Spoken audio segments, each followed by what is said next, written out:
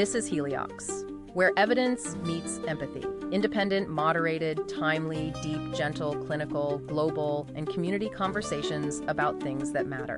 Breathe easy. We go deep and lightly surface the big ideas.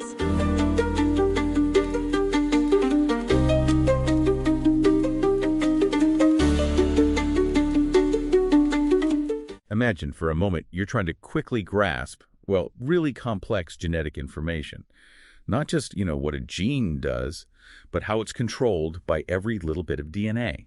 Even the bits that don't code for proteins, the vast majority of it. It's like trying to decode this deep, hidden language in our genome. It's regulatory code. Well, today on the Deep Dive, we're going to get you up to speed on a really groundbreaking development that's trying to do just that. It's called AlphaGenome, a new deep learning model from Google DeepMind. Yeah, and our mission today really is to unpack how AlphaGenome tackles this huge biological puzzle. We'll look at what makes it different, its capabilities, and, importantly, what it means for understanding, genetic variation and disease. Okay, so to really appreciate what AlphaGenome does, I think we need to start with the scale of the problem. What's the core challenge in interpreting our DNA sequence today? Right, good place to start. So, for a long time, we mostly thought about genes, right? The parts of DNA that code for proteins. But the thing is, research now shows that, over 98% of the genetic differences we see between people, they're actually in the non-coding regions. The so-called dark matter of the genome. And these non-coding variants, they're really tough to figure out, aren't they? Why is that? Well, it's because they don't directly change the protein sequence. Instead, their effects can be subtle or sometimes quite dramatic. They can change how genes get turned on or off. The studies show they impact things like chromatin accessibility, basically how tightly packed the DNA is. Or they affect epigenetic marks, those chemical tags on DNA, even the 3D folding of DNA, or how much messenger RNA gets made, or how that RNA gets spliced together. It's incredibly complex. And trying to map all these effects across the whole genome without powerful computers. It's just impossible, right? Intractable. So that's where these sequence-to-function models come in. What are they trying to do? Exactly. These models try to predict what we call genome tracks. Think of them as detailed maps. They assign a value like an activity level or a specific feature to pretty much every single base pair in the genome based just on the DNA sequence itself. It's like predicting experimental results computationally. Okay. But the models we had before AlphaGenome, they had some major limitations, some trade-offs you had to make. That's a key point, yeah. The first big one was this tension between seeing the big picture, the long-range context, and seeing the fine details. So you had models like Informer or Borzoi. They could look at, say, 500,000 base pairs, a pretty long stretch. But they had to average things out, maybe into chunks of 32 or 128 base pairs. So you'd lose the really fine-grained stuff, like specific splice sites. Right, those tiny signals get blurred. Exactly. And then on the other hand, you had models like Splice AI. Great at base pair resolution, really sharp detail, but they could only look at maybe 10,000 base pairs. So they'd completely miss how some distant element way down the DNA strand might be influencing things. You couldn't have both. So long-range view versus high-res detail. What was the other trade-off? That was the generalist versus specialist problem. A lot of models became really good at one specific thing. Like, CrompNet was great for chromatin accessibility, but it didn't tell you much about splicing or gene expression or anything else. It missed the bigger picture. There were multimodal models trying to do more, but often they just weren't as good as the specialists on specific tasks. So again, a compromise. Okay, so faced with these challenges, can't see far and fine, can't be good at everything, how does AlphaGenome break through? That's the big question. Right. And AlphaGenome tackles these head on. First, the input size is just massive. It takes in 1 megabase of DNA sequence. That's 1 million base pairs. And that link is super important because studies show 99% of known enhancer gene links fall within that 1 millibase distance. It captures those long-range connections. 1 million base pairs. Yeah. That's way more than before. Huge leap. And simultaneously, it predicts thousands of these genome tracks. We're talking 5,930 in humans, over 1,000 in mice. And here's the kicker. It does this all the way down to single base pair resolution across 11 different types of data gene expression, detailed splicing, chromatin state, accessibility, histone marks, even 3D contacts. Wow. So it's aiming to be both the wide-angle lens and the microscope.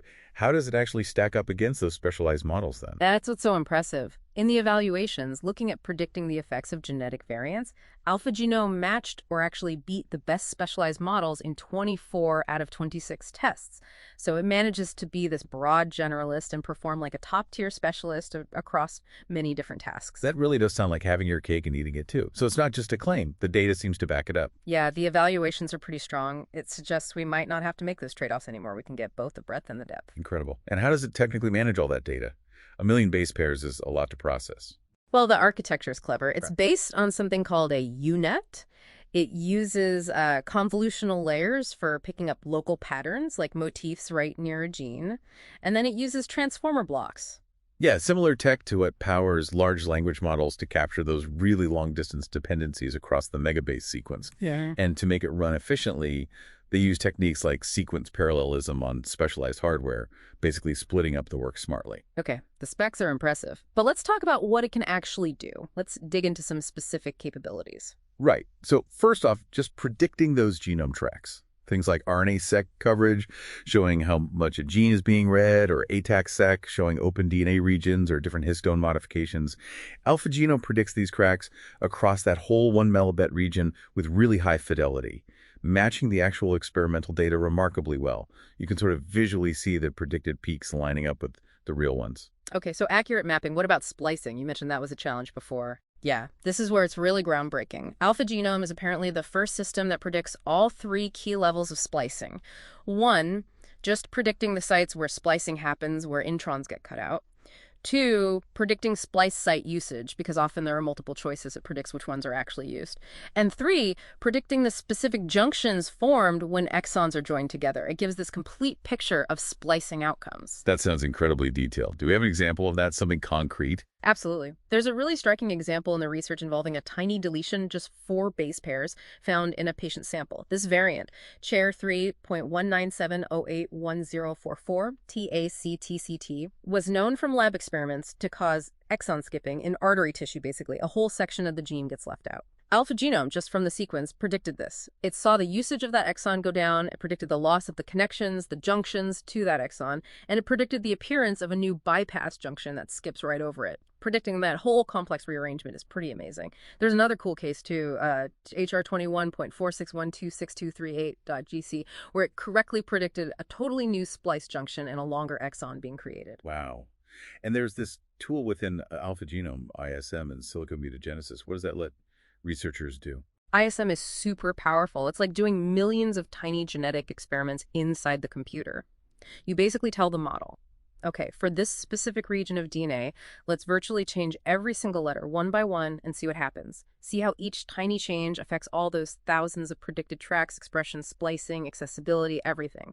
So, for example, when they did this around the U2SURP gene, which is involved in splicing, the ISM results clearly highlighted the known sequence patterns, the motifs, that control its splicing. It helps reveal the underlying rules.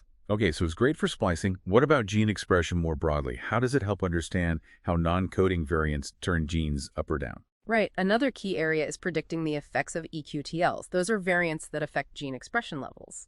Compared to the previous best models, like Borzoi, AlphaGenome showed significantly better prediction of not just whether an EQTL affects expression, but by how much and in which direction, up or down. The numbers are pretty telling. It essentially doubled the recovery of known EQTLs from a big database called GTX.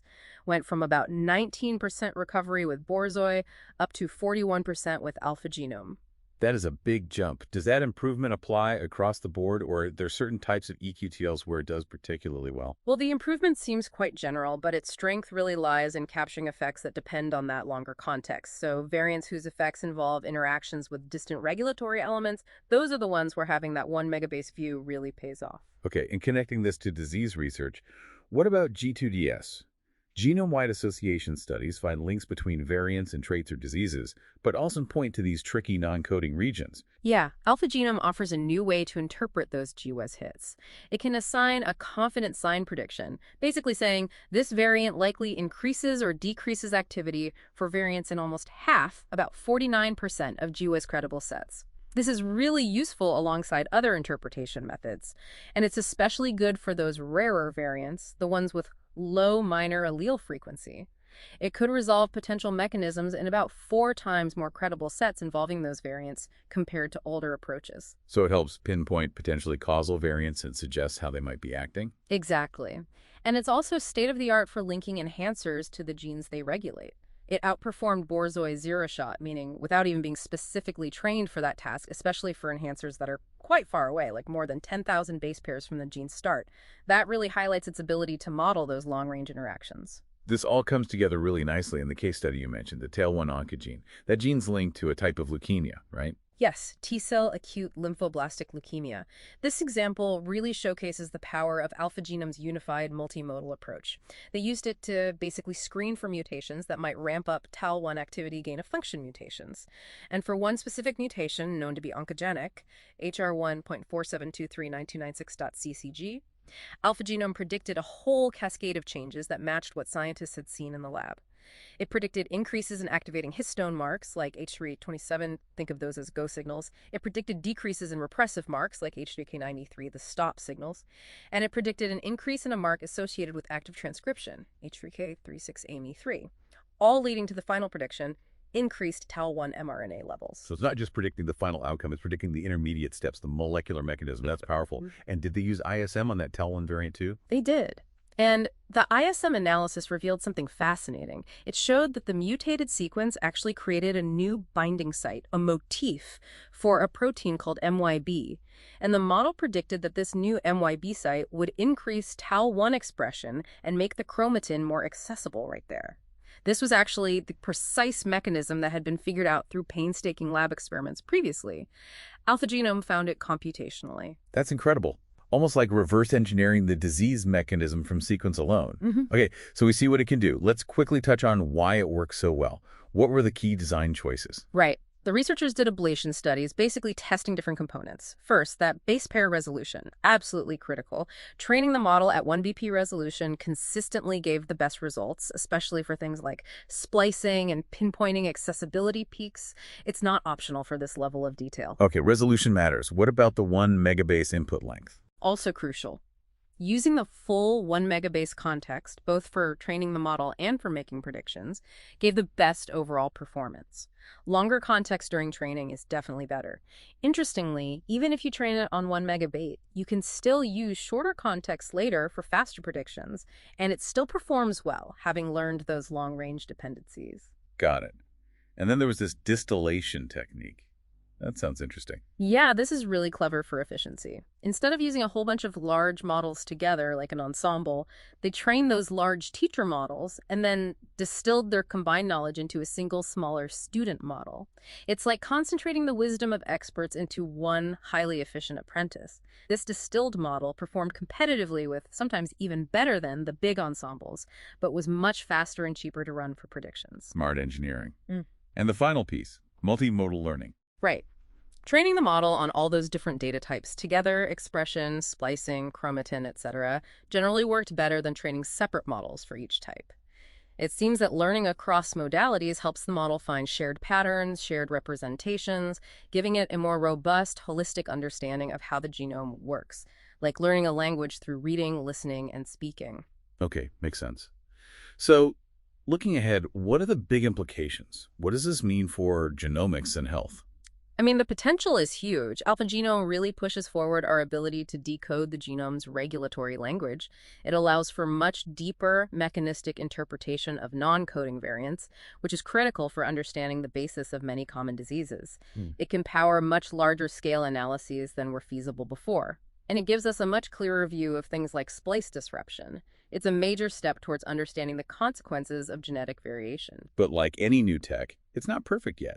We should probably acknowledge the current limitations, right? Where does it still need work? Absolutely. It's important to be realistic.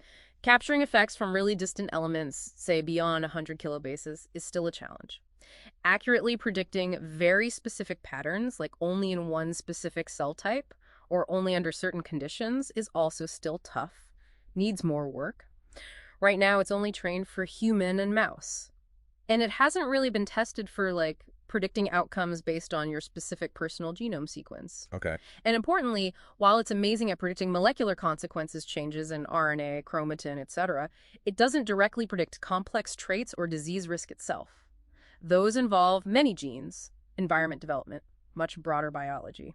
So to really predict how deleterious a variant is for a complex trait, you'd likely need to combine AlphaGenome's predictions with other information, like evolutionary conservation or knowledge about gene function. So it's a powerful piece of the puzzle, but not the whole picture for complex traits. Exactly. It predicts the molecular impact incredibly well, which is a massive step forward. And the good news for researchers is that it's being made available, right, through an API and SDK for non-commercial use. Yes, which is great. It allows the wider scientific community to start using it, testing it, building on it. That should really accelerate progress. So to wrap up, AlphaGenome feels like a landmark achievement. It's this single model providing a fundamentally new way to view the genome, connecting huge stretches of DNA to tiny molecular events with unprecedented detail. Yeah, the real aha moment here is moving beyond just finding genetic variants to actually interpreting what they do at a molecular level. That interpretation is absolutely crucial if we want to get closer to personalized medicine and truly understand the blueprint of life. It definitely leaves you thinking, what questions does this kind of capability raise for you listening now with the hidden language inside your own DNA?